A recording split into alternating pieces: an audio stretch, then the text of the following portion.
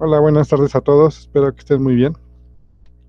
Vamos a iniciar con el día de hoy, primero con una cosa que quedó pendiente, que son las PCRs arbitrarias. Bueno, en realidad se vio en el tema de mutagénesis al azar, pero me gustaría, digamos, abordar esta metodología un poco aparte, por si hubiera alguna duda respecto a ella. Como se los mencioné en aquella ocasión, no es, digamos, el detalle no está a la altura del curso, pero creo que sí podemos entenderla dado que ya vimos secuenciación y ya vimos PCR de secuenciación. Entonces, digamos que PCRs arbitrarias ya no tendría una, digamos, dificultad mayor que si es que entendimos las otras dos metodologías. Primero quiero que me confirmen si están viendo la pantalla, alguien que tenga micrófono que me diga Sí, para... profe. Sí se ve, profe. Ok, entonces vamos a basarnos en esta diapositiva. Aquí lo que estamos representando, bueno, voy a venir un poco para atrás. Esto viene de una cruza triparental a donde poníamos un plásmido que es suicida y este plásmido, como es suicida, no se puede autorreplicar en el fondo genético receptor y por lo tanto la única forma de que se salve el antibiótico es que salte la región del minitene-5 a cualquier lado del genoma. Y entonces de esta manera podríamos tener bancas de mutantes con esta metodología con el objetivo de mutagenizar, digamos, a la mayor parte del genoma. Desde esta perspectiva, entonces podemos hacer mutatecas que tienen alrededor de 8000 mutantes.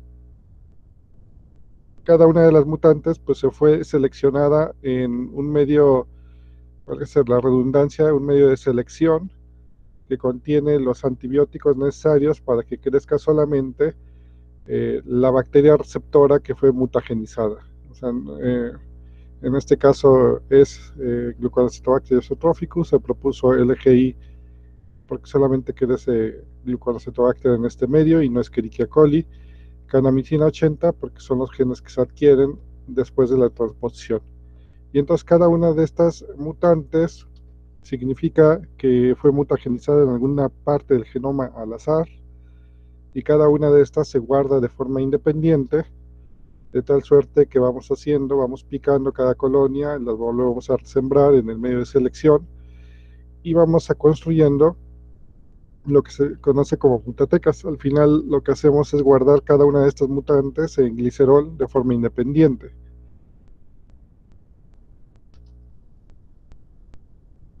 Entonces, ¿cómo sabemos que son mutantes? Pues comprobamos mediante PCR que el cassette de kanamicina está ahí presente,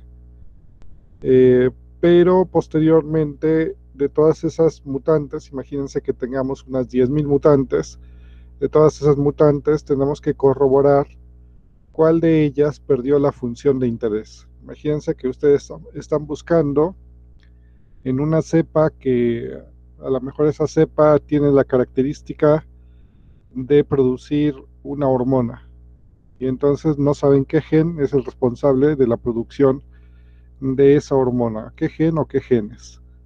Por lo tanto, si tuvieran una banca de mutantes de esa cepa bacteriana que es capaz de producir esa hormona, pues tienen que monitorear cada una de esas 10.000 mutantes para ver cuál de las bacterias fue la que perdió la capacidad de sintetizar la hormona.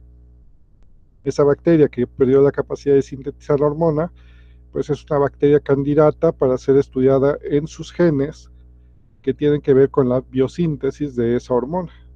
Es decir, la mutagénesis nos va a ayudar a detectar esos genes como un primer paso porque al mutar los genes de interés, pues las bacterias van a perder la capacidad en este caso, de producir ese compuesto o esa hormona. Entonces, ya esas mutantes candidatas, nosotros tenemos que secuenciar para saber qué gen es el que está mutagenizado. Y Esa secuenciación a partir de esas mutantes de interés se hace a través de la metodología de PCRs arbitrarias. Entonces, PCRs arbitrarias aquí pues consiste en hacer unas PCRs, dos reacciones de PCR con oligos que son tanto arbitrarios como oligos que son específicos. Entonces, en la primera ronda de PCR, aquí se pone un dibujo. ¿Sí pueden ver mi cursor? Perdón por la pregunta. Sí, sí se ve. Ok. En esta primera ronda de PCR, pues el DNA molde que tiene el transposón que se insertó al azar en algún gen de interés, aquí lo dibujamos, con esto denotamos con KM de canamicina, resistencia a canamicina, la región I del transposón, la región O del transposón, y el gen mutagenizado pues se quedó partido aquí. Está, digamos, en esta región y está en esta región. Entonces tenemos que conocer parte de esa secuencia para saber qué gen es el que se mutagenizó. Y lo que hacemos entonces es hacer una primera ronda de PCR con un oligo que le llamamos TN externo. Este oligo es específico y se pega a una de las hebras del transposón, de tal suerte que va a comenzar a amplificar esta región. Y por otro lado tenemos un oligo reverso que es un arbitrario. Cuando decimos un oligo arbitrario es que la secuencia tiene muchas Ns, o sea, mucha variabilidad dentro del oligonucleótido. Por lo tanto, pues es una mezcla de oligonucleótidos que se va a pegar a una infinidad de secuencias. Y por eso es que tiene este nombre de arbitrario. Ese oligo arbitrario, al pegarse a distintas secuencias, pues se puede pegar por acá, se puede pegar más hacia afuera o más hacia afuera. También se puede pegar por estas regiones, en dirección contraria, etcétera. Pero en amplificación se va a enriquecer mucho más esta zona, porque esta es la que va a estar delimitada entre el TN externo, que se va a pegar en esta región del transposón, con cualquier arbitrario. Entonces se va a amplificar esta zona, como también se van a amplificar otras zonas que no son de nuestro interés. Lo que se hace es una segunda PCR arbitraria, que es como una especie de PCR anidada, de tal suerte que si nosotros primero amplificamos la secuencia desde acá hasta acá, en esta figura, digamos, si la hacemos más grande, habríamos amplificado primero esta zona. Ahora en la segunda PCR arbitraria ponemos un oligo que se llama TN interno, también que es específico para esta zona del transposón, casi llegando a la región O. Entonces este TN interno se pega aquí, va a amplificar toda esta zona, y se pone un segundo oligo, que es un oligo que se llama ARB2, haciendo alusión de los arbitrarios, pero que en realidad ya va dirigido al ARB1, de tal suerte que va a amplificar en la zona contraria, ambos de 5' a 3', y se va a amplificar esta región. En la segunda PCR sí que ya tenemos más abundante esta banda. Podríamos tener otras bandas relacionadas, una que se amplificó un poquito más adelante con otro ARB1 y por tanto otro ARB2 o otro un poquito más grande. Pero ya todas están relacionadas con el gen de interés. Entonces lo que se tiene que hacer después de la segunda amplificación, pues es una electroforesis para ver la banda de interés que digamos que nosotros tenemos que secuenciar, y otras bandas que están bastante relacionadas con esta banda de interés. Por lo tanto, tenemos que hacer secuenciación de esta zona amplificada, de esta segunda PCR, pero previo a eso, pues visualizamos el gel de electroforesis. Y aquí hay un ejemplo de cepas mutantes. Esta es la silvestre, pues no tiene amplificado, y están las cepas mutantes, que era lo que les comentaba, que van a tener varias bandas, pero va a haber una que está más representada en cada carril, y esa que está más representada es la que vamos a elegir para cortarla y una vez que la hemos cortado con un bisturí, pues hacemos un proceso de extracción del material genético que hay aquí, y eso es lo que vamos a mandar a secuenciar. Entonces, aquí pues marcamos a esas bandas que están más abundantes y que son las bandas de interés, y por lo tanto una vez que se marcan, se hace un proceso de purificación que ya es un protocolo bien establecido, y una vez que ya tenemos purificada la banda de DNA con el mismo oligonucleótido, el TN interno, hacemos la PCR de secuenciación. Aquí tenemos un ejemplo de algo que nosotros teníamos en el laboratorio, en donde obtenemos una secuencia a partir del oligo TN interno, derivado este producto de las PCRs arbitrarias. Entonces, cuando nosotros tenemos la secuencia, lo primero que hay que hacer es verificar que en efecto tengamos la región O, y por eso aquí se marca en color amarillo esta secuencia, porque esta secuencia corresponde a la región O del mini TN5. Esta parte de la secuencia corresponde al mini transposón, y ya la parte que está contigua, todo lo demás corresponde al gen de interés que fue mutagenizado, y por lo tanto nosotros copiamos desde aquí hasta el final de este gen, mandamos a comparar en BLAST a través del NSBI, que es la base gratuita de comparación, y una vez que comparamos, pues nos va a decir a qué se parece más esta secuencia, cuál es el eValu. Aquí acuérdense que los eValus deben ser de 0, cercanos a 0. Aquí no van a tener eValus tan cercanos a 0 porque la cantidad de secuencia capturado por PCRs arbitrarias no es tan grande como la que se requiere para estar seguros de que es el gen, pero normalmente no falla la técnica. Después hay que comprobar, digamos, por otras metodologías, que este gen que hemos capturado por PCRs arbitrarias, pues realmente es el gen que corresponde a la función que nosotros estamos buscando.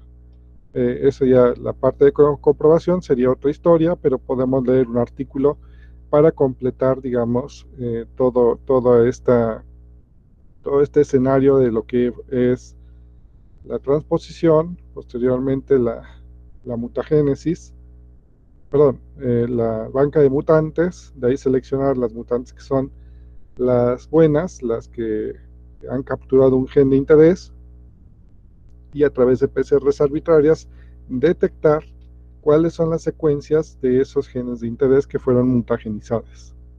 Entonces, bueno, hasta aquí es a donde quiero llegar en este momento, y no sé si tienen alguna pregunta. Me voy al room donde está la clase para que hagan las preguntas correspondientes.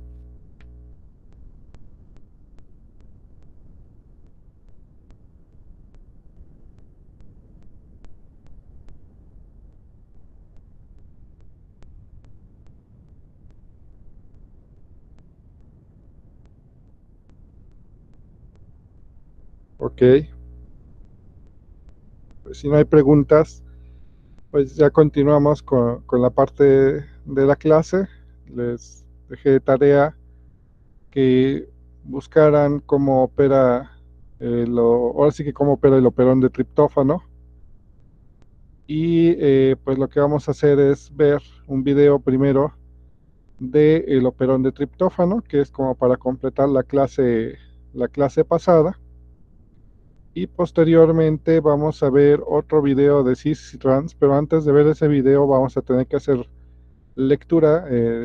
Pues no encontré lectura desafortunadamente en español, pero Wikipedia sí que ya se adelantó y tiene buena lectura en español. Entonces vamos a usar a Wikipedia por esta única vez dentro de la clase. Entonces empezamos con el operón de triptófano. Voy a dejar de presentar para presentarlo como la otra vez, a partir de como nos enseñó Luis.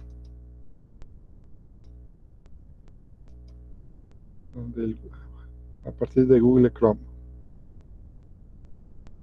Entonces, es este.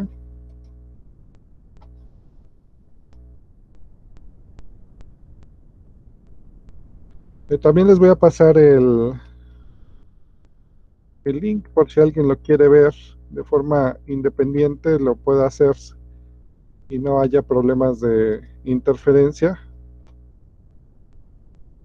Si tienen buen internet, pues me pueden seguir aquí dentro de la grabación.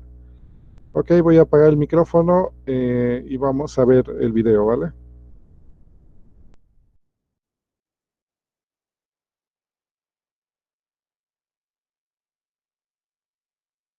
Dos de los operones más estudiados son el operón TRP y el operón LAC. Y lo que quiero que hagamos en este video es enfocarnos en el operón TRP, que es esencial para la producción de triptófano. Triptófano, que posiblemente reconozcas como un aminoácido. Y el triptófano, como la mayoría de los aminoácidos, son esenciales para la creación de los polipéptidos, las proteínas que utilizamos en nuestro cuerpo. Y en este caso no vamos a estar hablando del cuerpo humano, vamos a estar hablando de algo que está en el cuerpo humano. Vamos a hablar acerca de la E. coli. Es un operón que está en la E. coli, que es parte del genoma de la E. coli. Y en este diagrama, por la forma en que está dibujado, se encuentra justo aquí. Y solo como un recordatorio, un operón es una combinación de un conjunto de genes junto con las secuencias reguladoras de ADN para ese conjunto de genes. Particularmente tenemos el promotor y tenemos al operador por aquí. El promotor es donde la ARN polimerasa se une y comienza el proceso de transcripción. El operador es donde el represor se une. Y esto va a ser esencial para que podamos comprender cómo funciona el operón TRP. ¿Y para qué codifican estos genes? Estos genes codifican para enzimas que se utilizan en la síntesis de triptófano. Y siempre me sorprende que las enzimas se puedan utilizar para generar lo que esencialmente son moléculas que son mucho más pequeñas que las mismas enzimas. De hecho, las enzimas implicadas se componen de aminoácidos y se utilizan para hacer aminoácidos particulares. Así, los TRP, E, D, C, B y A, una vez que se transcriben en ARN mensajero y luego son traducidos en los ribosomas, estas enzimas se pueden utilizar para crear triptófano, para la biosíntesis de triptófano. Así que vamos a pensar en cómo funciona esto. Si la E. coli está en un entorno con baja concentración de triptófano, nuestra E. coli necesita del triptófano como componente fundamental para sus proteínas.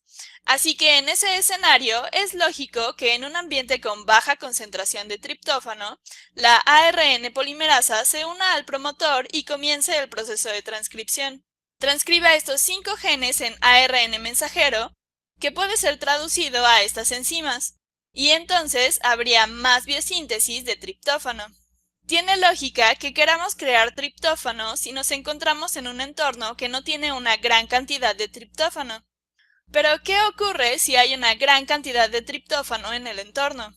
Bueno, si tenemos una gran cantidad de algo alrededor, normalmente no desperdiciamos mucha energía en crear más de ese algo.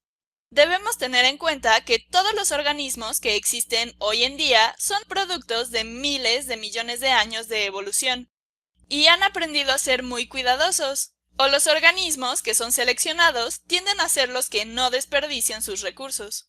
De ese modo, cuando hay triptófano alrededor, probablemente el organismo no desee que ocurra esta transcripción.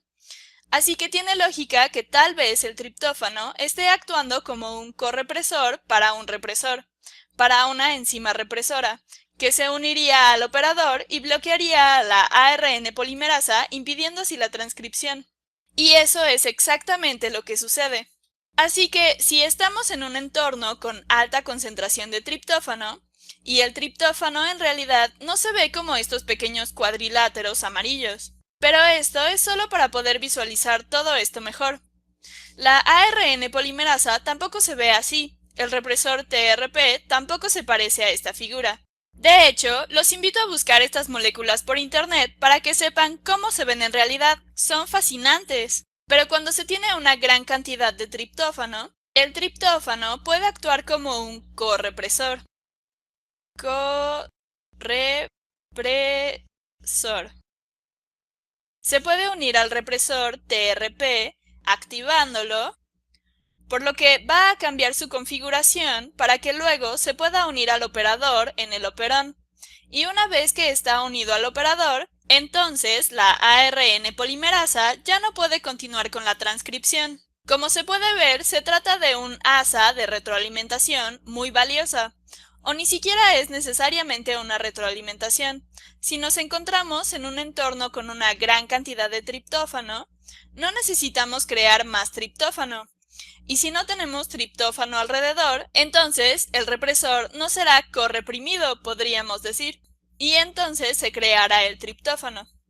Ahora, el triptófano es algo muy interesante porque el control de la transcripción no es el único lugar donde se tiene algún tipo de asa de retroalimentación o tipo de situación condicional.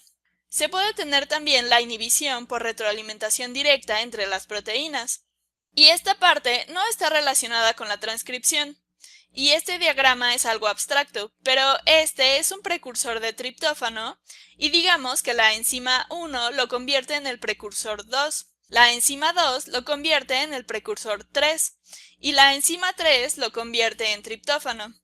Estamos teniendo inhibición por retroalimentación directa, donde el triptófano se puede unir o interactuar con la enzima 1 aquí. De modo que ésta ya no puede actuar tan eficientemente convirtiendo el precursor 1 en el precursor 2. Por lo que este es el clásico mecanismo de la inhibición por retroalimentación. Inhibición por retroalimentación. En este video estamos hablando de operones y regulación de genes, pero es importante saber que la regulación de la creación de triptófano no solo ocurre a nivel de transcripción. Y no vamos a ver ese tema en este video. Es un tema un poco más avanzado, pero también está la regulación de biosíntesis de triptófano a través de un proceso llamado atenuación, que no afecta el inicio de la transcripción, sino que afecta cómo se completan las cosas. Evita que se complete el proceso de biosíntesis, pero las formas de regulación más comunes son las que acabamos de describir aquí, donde el triptófano actúa como un correpresor del represor TRP. Y también tenemos la inhibición por retroalimentación, que una vez más, no es realmente un tipo de regulación génica. Pero se puede ver cómo el producto de este proceso puede volver al inicio e inhibir una de las primeras enzimas.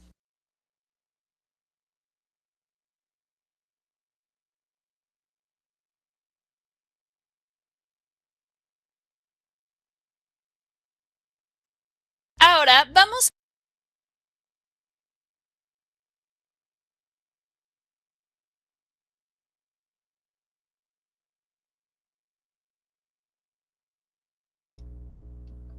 Ok.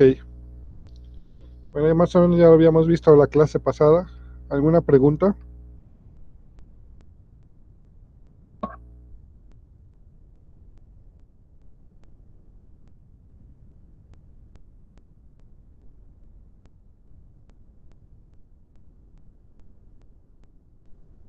Ok.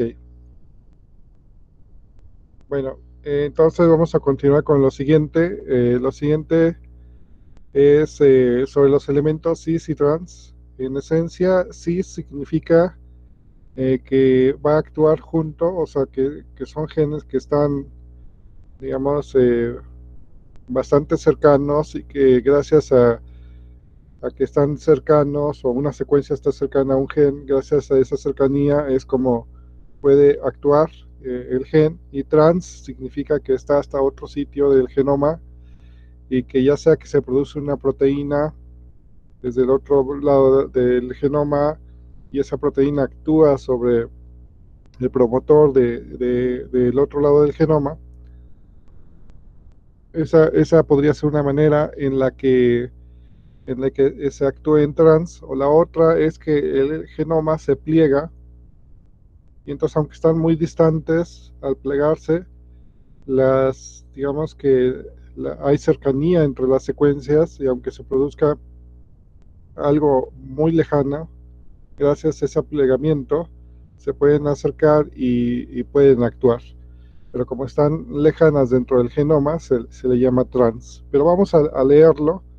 Les comentaba a partir de Wikipedia, ahorita les paso el link. Vamos a empezar con cis primero. Y entonces quiero un voluntario para que haga la lectura. No he dejado de transmitir, espérenme tantito.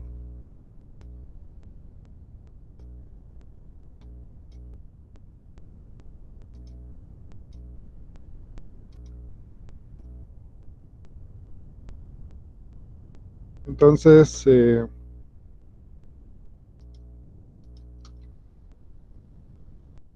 ahí está el link que nos lleva a Wikipedia. Y pues me gustaría un voluntario. Esta vez quiero que lea todo lo de la información de Wikipedia. ¿Quién dice yo?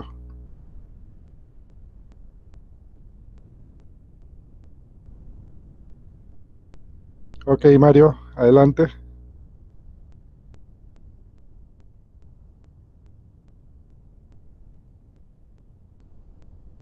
Bueno, ¿ya me escuchan? Sí. Elementos reguladores en cis. Los elementos reguladores en cis son regiones no codificantes del ADN que regulan la transcripción de los genes cercanos. El concepto surge para diferenciarlos de los elementos reguladores en trans. Los elementos reguladores cis están presentes en la misma molécula de ADN como gen regulador, mientras que los elementos reguladores en trans pueden regular genes distantes a partir del gen por los que fueron transcritos. El prefijo latino cis se traduce como de este lado. Estos elementos reguladores se encuentran en las proximidades del gen o genes que regulan. Normalmente regulan la transcripción de genes al funcionar como sitios de unión para factores de transcripción. Visión general. El genoma de un organismo contiene en cualquier lugar desde unos pocos cientos a miles de genes diferentes. Todos codifica una o más proteínas por numerosas razones, incluyendo el mantenimiento de la organización, la conservación de energía y la generación de variaciones fenotípicas, polimorfismo.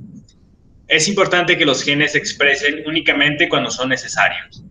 La manera más eficiente para que un organismo pueda regular la expresión genética es en el nivel transcripcional.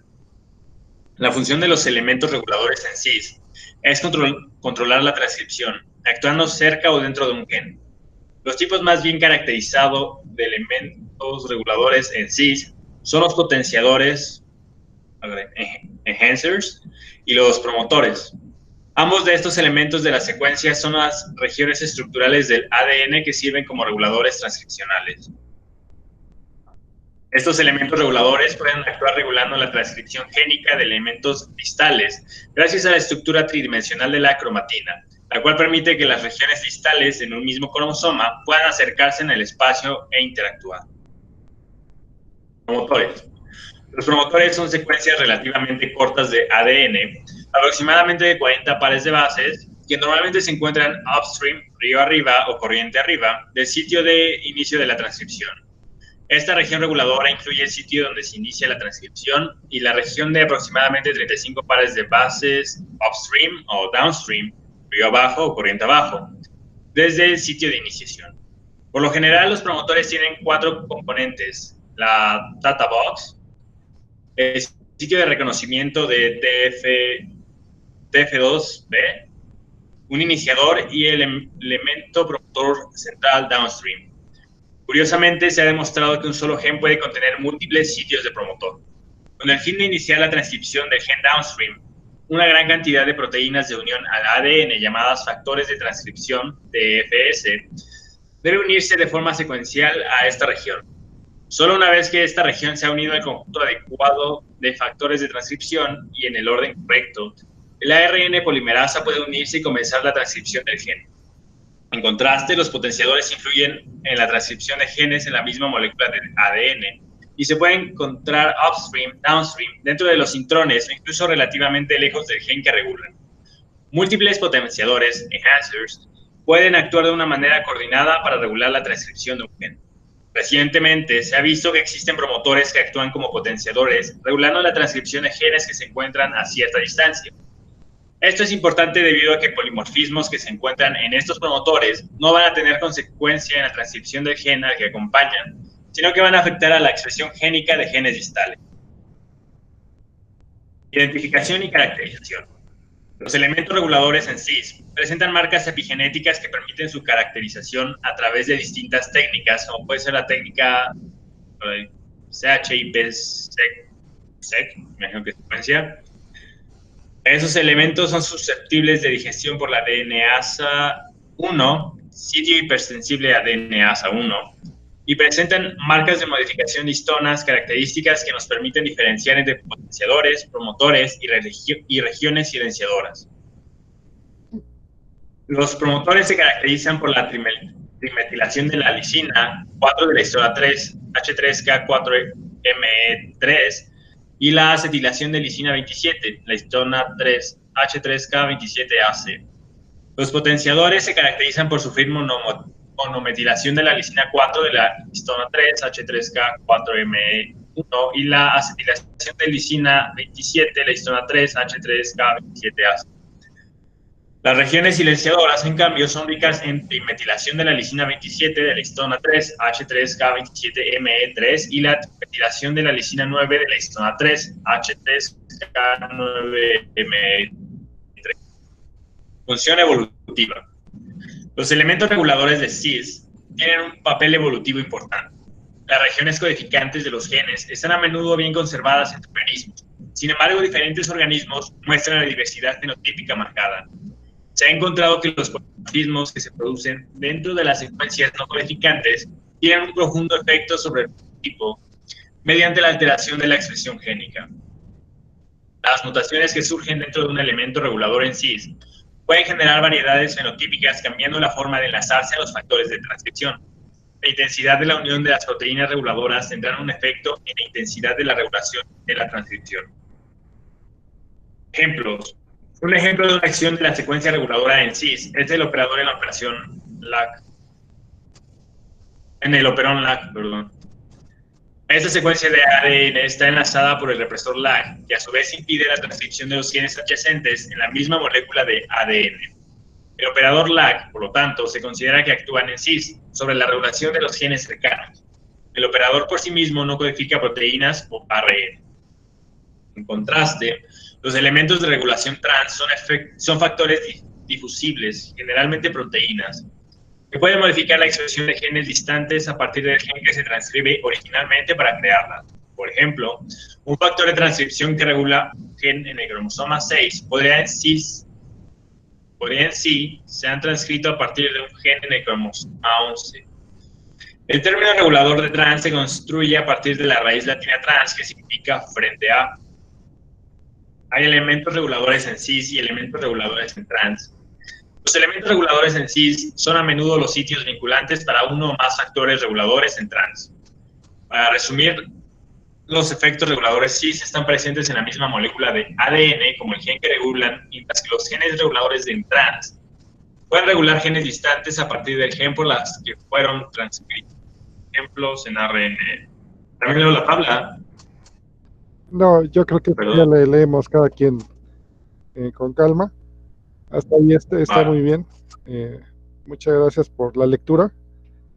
Y vamos a leer entonces ahora la de trans.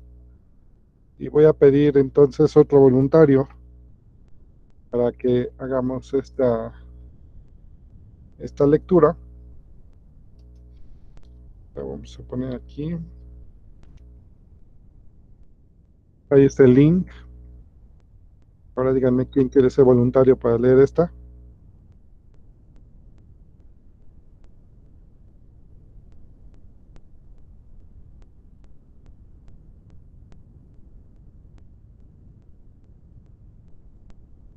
Adelante, Evelyn. ¿Sí me escuchan? Sí, Ok. Los elementos transreguladores son genes los cuales pueden modificar o regular la expresión de genes distantes. Más específicamente, los elementos transreguladores son secuencias de ADN que codifican factores de transcripción. Los elementos transreguladores trabajan a través de la interacción intermolecular entre dos moléculas diferentes, y por lo tanto se dice que están actuando en trans. Por ejemplo, una proteína factor de transcripción transcripta y traducida deriva del elemento transregulador y un ADN elemento regulador que es adyacente al gen regulado. Esto en contraste a los elementos reguladores en cis que trabajan a través de interacciones intramoleculares entre partes diferentes de la misma molécula. Un gen y un elemento regulador adyacente para ese gen en la misma molécula de ADN.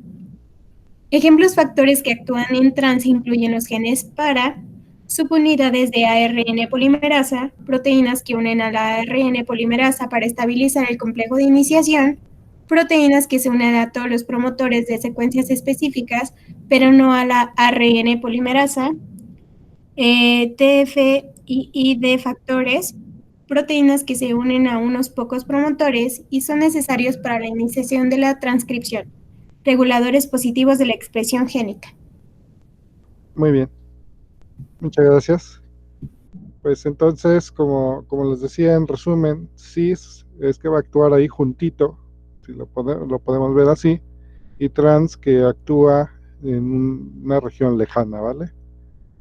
Entonces, ya que vimos estas lecturas, ahora vamos a intentar entender a, a un, pues no es como tal una conferencia, son las definiciones de cis y trans, pero con, digamos, las mutantes. Si no se entiende, digamos, al 100%, no se preocupen, lo pueden ver más adelante. Eh, y solamente se tienen que preocupar si es que van a un posgrado que esté relacionado con esto. Si no van para cosas de regulación genética, solamente es importante entender el concepto y un poquito de lo que se está, digamos, hablando. Aquí el problema es que no encontré, insisto, mucha información en español, y la que había era muy extensa, eran tesis prácticamente. Entonces también como que no se me hizo muy adecuado, pues ahora sí que hacer lectura de una tesis porque iba a ser bastante extensa.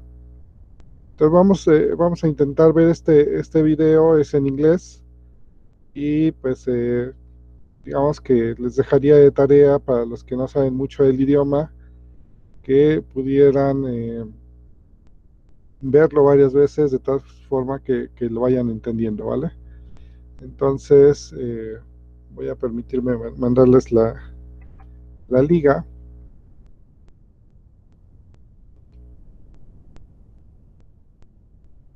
Y voy a cambiar también la forma de presentación para que lo podamos ver aquí también. Lo que prefieran, si quieren verlo desde la liga porque se les hace más fácil, adelante. Si lo quieren ver aquí, no hay problema, aquí lo pueden ver.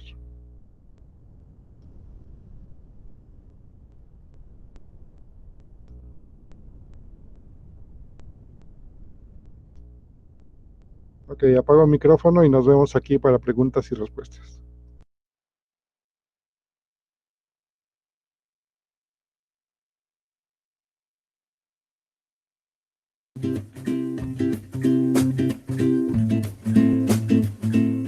In this video lecture, I will cover the genetics and molecular biology of cis versus trans regulation. The matter is relevant both in bacterial gene regulation, such as for the lac operon, and in eukaryotic regulation. A regulatory locus acts in cis when its function affects only the DNA or RNA on the same molecule. For example, a gene promoter, a gene regulatory region, an enhancer, a terminator, the ribosome binding site on RNA are all cis regulatory elements. A regulatory locus acts in trans when it encodes a diffusible product that can affect any target sequence regardless of its location in the genome. For example, the LACI locus encodes a diffusible product, the repressor protein, that can bind and shut down the cognate operator sites anywhere. Note that an RNA can also diffuse and act in trans. How do we detect cis versus trans action? Let's suppose we can look inside a cell and detect all molecular events that take place. Consider two bacteria, one wild type, the other a constitutive mutant at the lac operon, expressing the Z protein beta-gal under non-inducing condition when the wild type Z gene is repressed. Now let's put both wild type and mutant operons in a single cell to form a merodiploid. The two haplotypes signifies a set of linked alleles on a DNA molecule, display different regulation, indicating cis action of the locus affected by the mutation. Looking closer, we see that the repressor cannot bind the mutant OC site, resulting in an expression of the green operon Z allele. Let's consider transregulation. Consider two bacteria with identical phenotypes. The constitutive phenotype, however, is now caused by a faulty LAC-I, the repressor, and the absence of the repressor. If we make the merodiploid, we now see that the two haplotypes display equal regulation because the wild-type repressor can reach any operator site. Both operons are off. This indicates transaction of the locus affected by the mutation. Looking inside the cell makes things easy. What if we have to detect cis versus trans action by the phenotype of mutants? There is a problem. Let me explain. Consider a newly discovered inducible system leading to accumulation of product S when an inducer is present. We isolate a constitutive mutant. There are two possible ways that this system could be regulated. The first is positive regulation. An activator transitions to active state when the inducer is present and turns on the S gene. In the mutant, this hypothetical activator could be frozen in the on state, resulting in constitutive expression. The second manner of regulation is negative. Similar to the lac operon, a repressor is inactivated by the inducer. In the mutant, the repressor binding site, operator or O, could be altered, preventing repressor binding and resulting in constitutive expression. Note that if nothing else is known, these two systems would appear the same. Let's compare these two regulatory modes in a merodiploid analysis. Positive regulation would give us equal expression on both haplotypes, the hallmark of trans.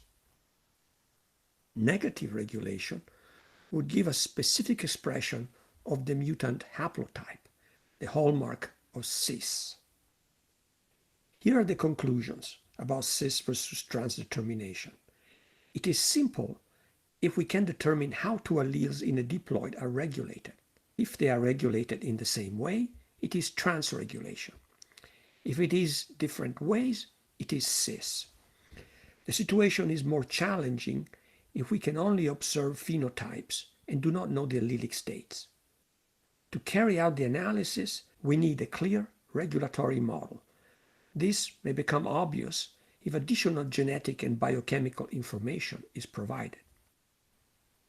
So, can we tell which of two alleles is expressed by a genetic approach? Yes, but we must be clever. See this experiment by Jacob and Monod. They used the LAC system and constructed the following strains, some of which were merodiploid. They followed expression of the Z product, beta-gal, and Y product, LAC permease, under non-inducing conditions. The simple wild type displays no expression. The OC mutant expressed both Z and Y. Now, pay attention at this merodiploid. The chromosomal copy of the operon is O plus, Z minus, and Y plus. The plasmid copy is OC, Z plus, and Y minus. These cells only expressed Z.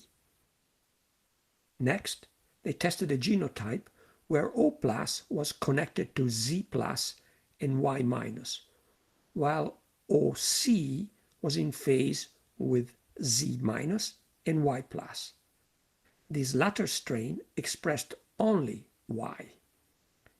The Z and Y expression pattern demonstrates that only the haplotype connected to OC is expressed. In other words, they could differentiate clearly between haplotypes.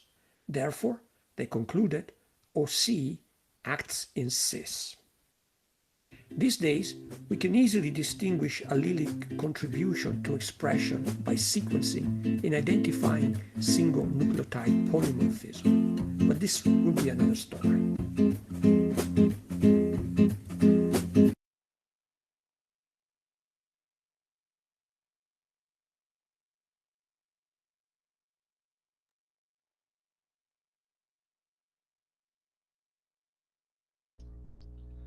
Muy bien, pues, ¿qué les pareció? Supongo que lo van a tener que ver más veces, pero está bastante resumido, muy interesante. También los invitaría yo a revisar otra vez el operón de lactosa que ya vimos, para que puedan entender la nomenclatura que aquí puso, un poco diferente, pero prácticamente se refiere a las mutantes del operón de lactosa, ¿vale? ¿Alguna pregunta, comentario?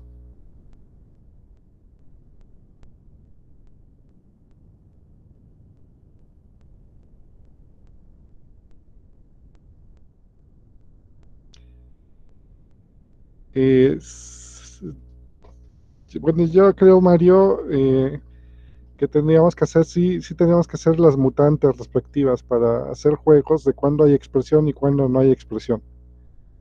Entonces, con eso podríamos entender cómo funciona nuestro gen. O sea, cada gen va a ser un mundo diferente, y cada vez que te enfrentas a un gen, aunque esté estudiado en alguna bacteria modelo, por ejemplo coli, no significa que va a estar regulado de la misma manera en tu bacteria. Puede cambiar. De hecho, la topología de los reguladores, o sea, del sistema de regulación cambia. A veces incluso en algunos genes hay 2 promotores, en otros 3 promotores, en otros 4, y es el mismo gen, pero han evolucionado de forma diferente. Entonces sí se tienen que hacer mutantes desactivando los genes para saber cómo pudieran estar funcionando. Entonces, bueno, el operón de la lactosa es un ejemplo solamente de cómo podrían estar actuando los genes, pero cada gen, insisto, va a ser un mundo bastante diferente.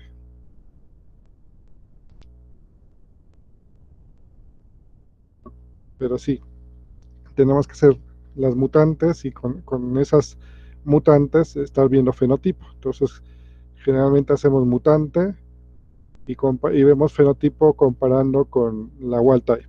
Todo el tiempo estamos comparando con la wild type, con la silvestre.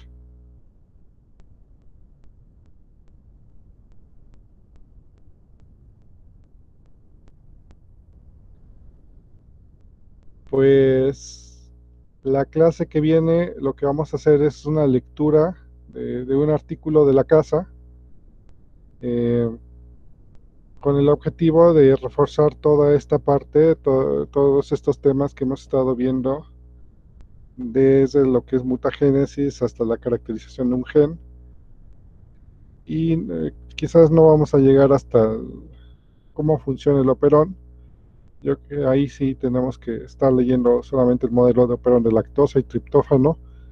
Y ya en el futuro, si les toca enfrentarse a eso, pues ya tendrán que aplicar lo de mutaciones dirigidas con el objetivo de tener las mutantes respectivas de acuerdo a los genes que están funcionando en su operón, ¿vale? Entonces, el artículo se los paso el viernes, pero en este momento me gustaría ver nuestro programa para darme idea de qué cosas nos faltan.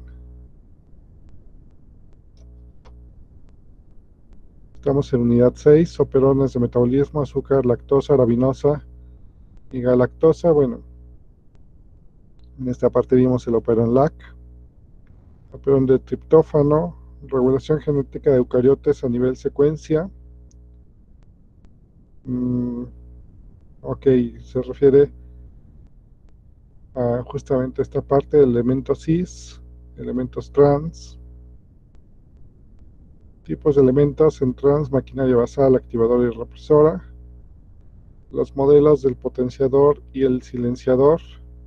Entonces yo creo que vamos a hacer una lectura también de algún artículo que tenga que ver con cis y trans, interacción entre elementos que actúan en cis y trans para controlar la expresión de genes. Pues prácticamente esto es lo que se vio en estos modelos.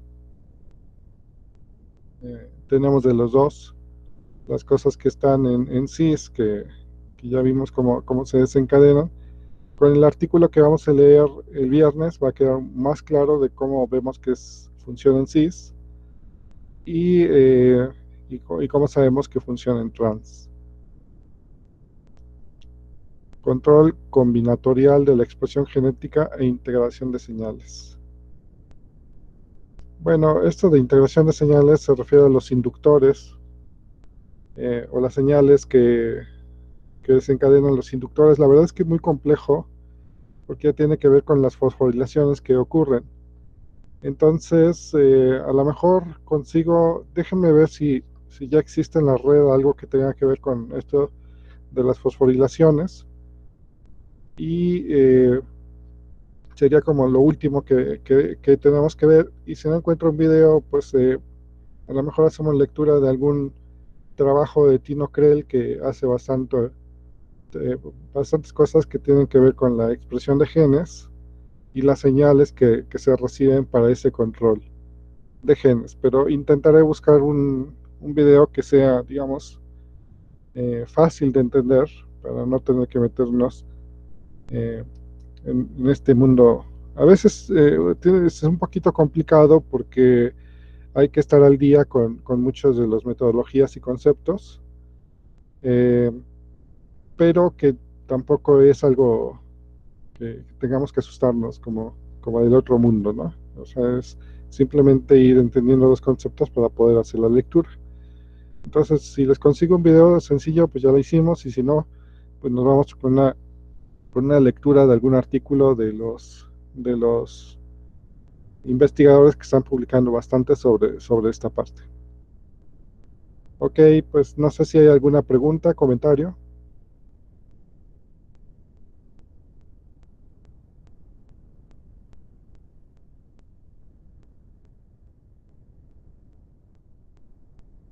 Ok.